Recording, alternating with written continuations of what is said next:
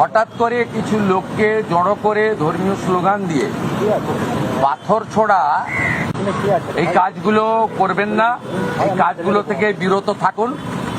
যদি মনে করেন আগের সরকার আছে, আগের নিয়ম আছে, আগের মতো পুলিশকে ফোর্সকে হাত পা বেঁধে রেখে দেওয়া হবে, তাহলে কিন্তু ভুল করবেন। তো ক্লিয়ার মেসেজ, জিরো টলারেন্স এই ধরনের ভ্যান্ডালিজম, হুলিগানিজম, রাউডিজম এবং anti national, anti social activities we are not allowing. আমি পুলিশ মন্ত্রী, হোম মিনিস্টার হিসেবে লাস্ট ওয়ার্ড বলে গেলাম, একটা পুলিশের গায়ে যদি হাত পড়ে, এই সরকার তার আইন প্রয়োগ করে যতদূর যেতে হয় হবে। শুধু অ্যারেস্ট নয়, কনভিকশন করানো পর্যন্ত ক্লোজ মনিটরিং করার দায়িত্ব আমাদের থাকবে।